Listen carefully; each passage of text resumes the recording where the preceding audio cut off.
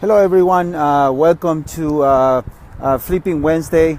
My name is Christian. I go by the Fix and Flip guy, and today we're going to answer a few questions from some of my friends and friends from Facebook that would like to know a few things about the flipping business. So right now we're just going to go inside while we wait a little bit for from people on one of the projects that we have, and while we wait for some of the friends to get here, we're gonna go inside the house, and I'm gonna show you a little bit of what is it that we're doing in this property. Okay, this was let me turn around the camera. This is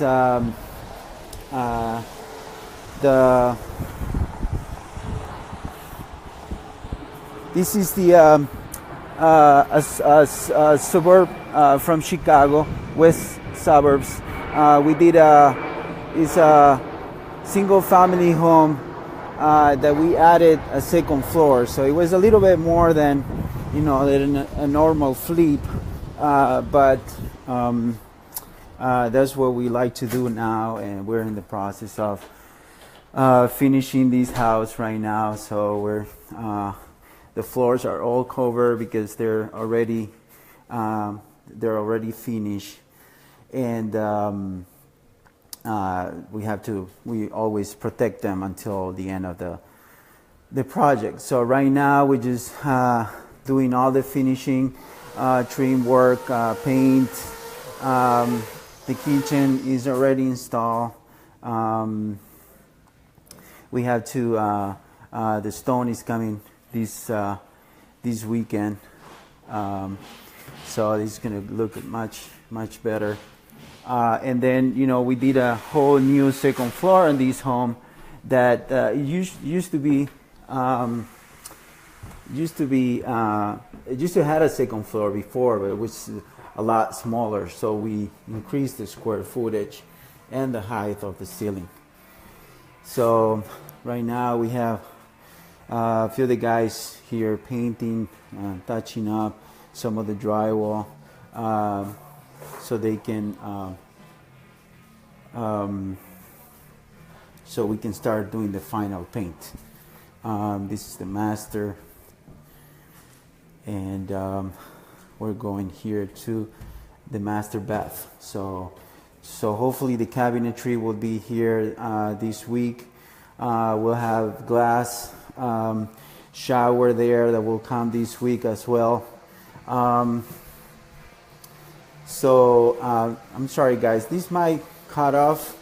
My phone is saying that I have very low battery. I didn't even see that before, so I'm sorry if I by any chance if my phone cuts off, but I'll try to move on fast. I have a few questions that a couple of friends wanted to know, and the first one was actually talking about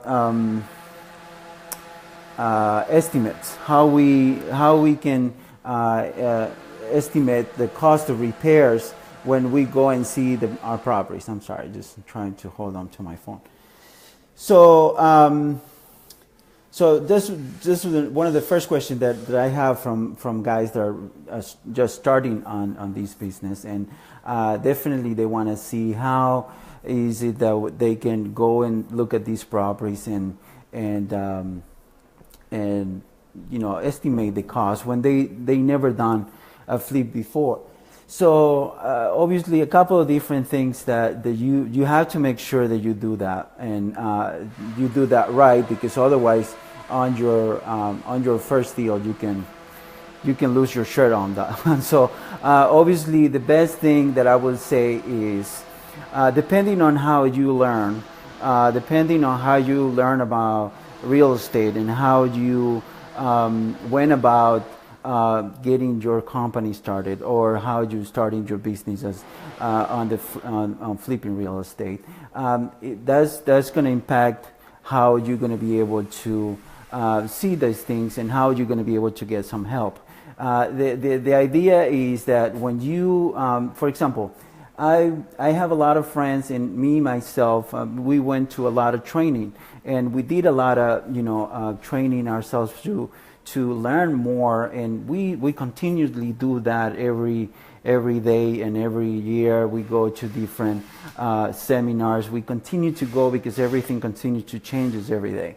So that is very important. So so depending on the education that you got to get you to the point that you want to start flipping homes, that's where that's one of the things that is obviously you should have learned if you went through a course or not. So or if you were just reading books or whichever way you learn about this definitely, I wouldn't suggest you to start doing any of these without the proper education. So make sure that before you jump into any of these deals, that you educate yourself the best way possible. Okay. So and if you need some help on that, definitely get in touch with me. We do have programs that we've been going, that we were through before. Personally, I went to a training years ago that definitely allowed me to be where we are right now with our company. And we're going to go over a little bit about what we how we started and where we are right now.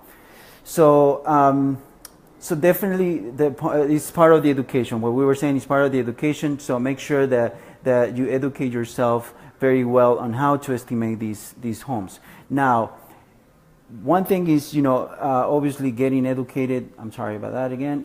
One thing is getting educated, and one thing is putting this into action. All right. So let me see if I can put my phone here because my arm is kind of killing me. Sorry. So one thing is obviously learning through different courses, to seminars and everything, but obviously the second thing will be how we put it into action. So put it into action, I think that one of the best ways is to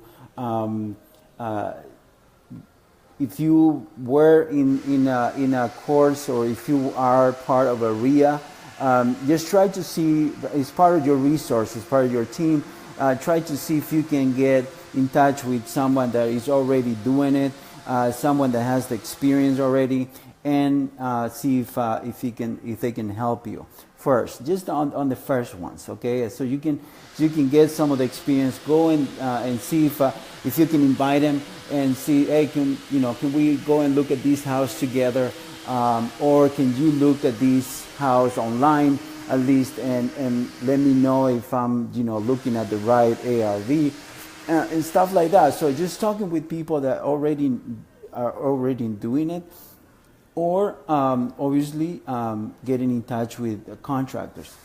You're gonna find contractors everywhere. Drive by the neighborhood. One idea would be just drive by the neighborhood wherever the house is, and start looking for contractors that are working in the area. They're doing different sides of rehabs in the area, and just see if they can come and give you a quote. Most of them, they say free quote, and they come and they give you. They look at it and they kind of give you an idea of what is it that you can do on that particular property. So that's one thing. So definitely, if you use someone that is going to a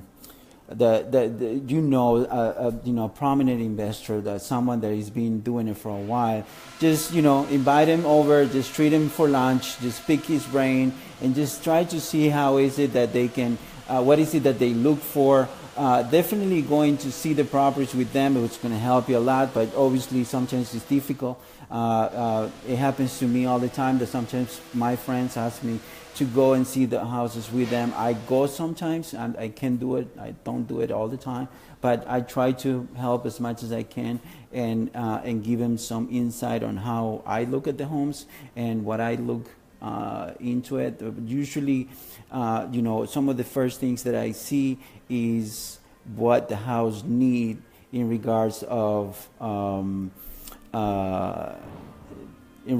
layout. Obviously, one of the main thing is I'm looking from the point of view of of the buyer, whoever is going to buy that property, what that person will want in that particular area. So would they want more bedrooms? Would they want more bathrooms? Would they want an open concept or not? So depending on the size of the home, if it's small and you gotta keep it small, then it will be depending on the area, depending on the size, and depending on how the pricing that you're looking to sell is, how much you're gonna put into that house. So I look at all those things. So obviously, depending on your area, it's going to be depending. It's going to depend on the. Sorry about that. It's going to depend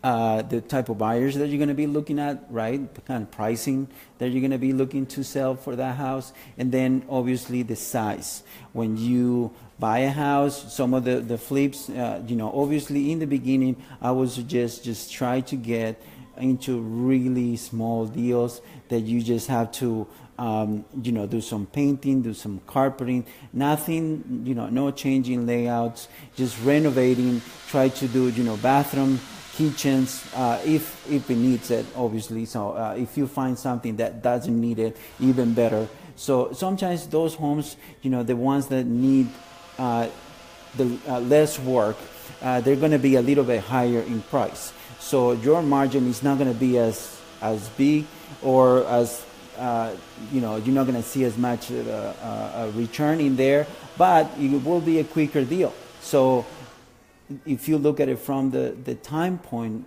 the time that you're going to spend doing that deal, then definitely you're going to make more money because you're going to spend less time on that particular deal. So if you need to get into a big rehab, obviously that is very time consuming, and then you got to take your time into account on how much you're going to spend every day, taking care of that rehab, that everything goes well, which always doesn't go well all the time. So there's always there's a lot of management that you have to do when you do a lot of big rehabs. So so definitely that's one of the points. Make sure that you don't get into any big deals in the beginning.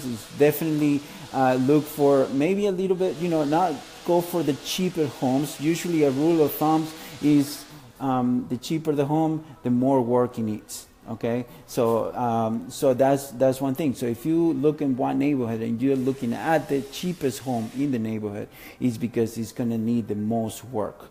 So that's one thing. So don't look at, when you start, don't look at the cheapest ones, because they're going to need a lot of work, unless you're looking to do, and you're comfortable on doing that much work. But if you're not, if this is your first home, you have never been involved with construction or dealing with contractors, with most of us weren't before. I wasn't. When I started, I never dealt with any contractors or anything like that. So for me, everything was new. So definitely, I would suggest not to get into too much of a big project, unless you're able to prove the track record of the contractor that you're working with. That's obviously something that is very important, and it's also very difficult to accomplish sometimes, because all contractors, and nothing against contractors, but everyone is going to say, yeah, we do everything. We can do that, but at the end of the day, you want the person that does that all the time, and not someone that is going to subcontract someone else, someone that that to do the work. So it's a little bit different. So you got to make sure when you're looking for contractors that you are able to go and see their sites, that you're able to go and see the type of work that they do. Just ask them if they have any work doing currently. Can I go see it? Can I go check it out? Do you have any house that was finished? Maybe that we can see pictures or something that is on the market currently. Anything that they can show the type of work that they do. And the best obviously is looking something that you can go and see it live, not pictures. Pictures, we can show you any pictures, and anybody can show you any pictures, and it can be true or not. So obviously just assume that is not. So then just make sure that you can go and see a job site that they're currently working. If they're not working on anything, that's a bad sign. So make sure that they're currently working on something, and that you can go and see their site, that they're not afraid of you going and seeing their site, or they're not trying to not to go. Okay, so those are some of the tips that I would suggest. Obviously the main one will be just get into a small deal, something that is minimum work in the beginning, and work your way up from there, from things that you feel more comfortable. Now, that's one of the things that I did in the beginning. In the beginning, I definitely had no idea how to do any construction or how to, manage any contractors or anything like that. So I went obviously for the GCs. I looked for a couple of GCs, and I was able to find one that he was flipping homes himself. At that time, the market wasn't the best, so he was doing one or two here and there just to keep their people working. So and of course, that's the way that he was maintaining his lifestyle too. He was making money every time he would sell a property. So at that point, I brought him into my first couple of deals, and we started working together. And then after that, we had a relationship for probably 3 or 4 years that we worked together. So and that was for the type of homes that we were working in the beginning, which were small properties, and that they didn't need. Some of them they needed a lot of work, and some of them they didn't need much. But fortunately for me, that contractor was able. He had a lot of experience and was able to help me a lot. I learned a lot through the process of going to through these rehabs with them. Plus, obviously, all the permitting process. I will take care of that. I will always go out and get the permits for the contractors. And then I would be at the inspections all the time. Every single inspection, I was there just to make sure that I talk to the inspector and I get the feedback from the inspector on the work that they were doing. And that would that definitely helped me as well on making sure that that they were doing the right type of work. And that if we needed to fix anything, I said, well, the inspector said that we need to fix it, so we got to fix it. So or we got to change it, or we got to do something different than what we did in there. All right, so that's definitely some of the best ways that you can get into smaller deals and be able to calculate all your repairs easily, because the less work that you got to do, the less repairs you got to calculate. So definitely the more homes that you see, the more properties that you go. That's another thing just pop up in my head. So I mean, if you go before you jump into your first deal, if you're able to if you know anybody that is doing it right now, and if you're able to just tag along every time they go and see houses, that's another thing that is going to help you see how they do their pricing for everything.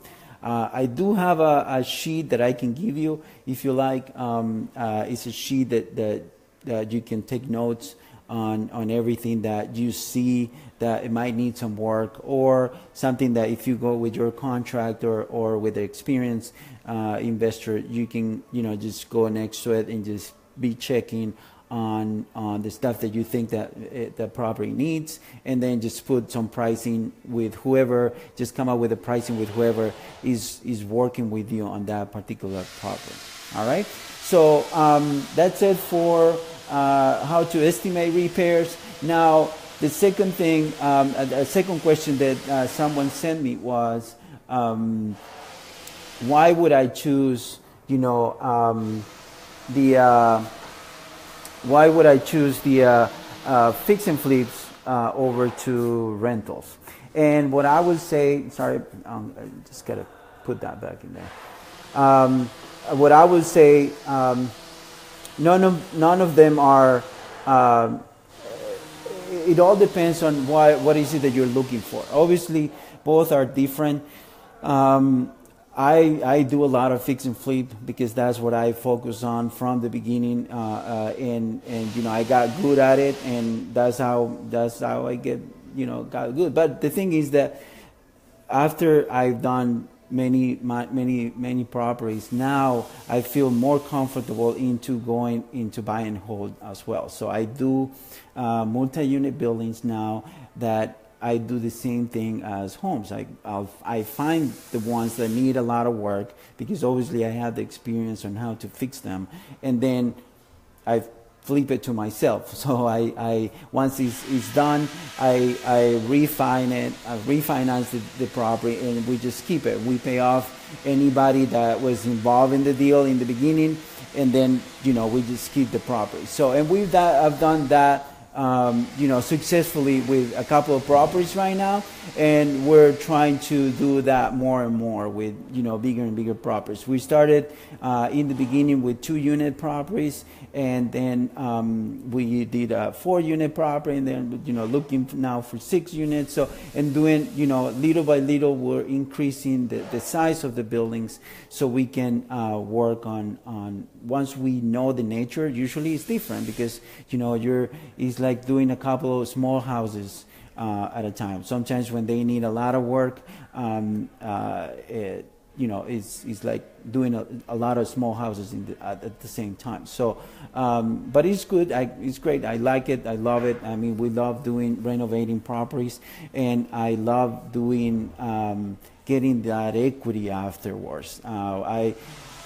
There's a lot of people out there, a lot of other flippers that are just flipping buildings, and they're just renovating the buildings and flipping them over to investors that are looking for that cash flow every month. But I like to get both. I like to get the equity and the cash flow of the property. So it takes a little bit longer, because obviously when you're not going to get that cash flow right away when you just jump into the property and you buy it. When the property is turnkey, obviously you're going to be able to get that cash flow right away. But at the end of the day, I'm looking for both equity and cash flow, because you never know what's going to happen with the market again. So I don't want to get into retail price properties. So I don't want to buy a property that has, even if it has good cash flow right now, buying at the top of the market right now is not what I think. I don't think is a good move for me. So, but everybody looks at it from a different point of view.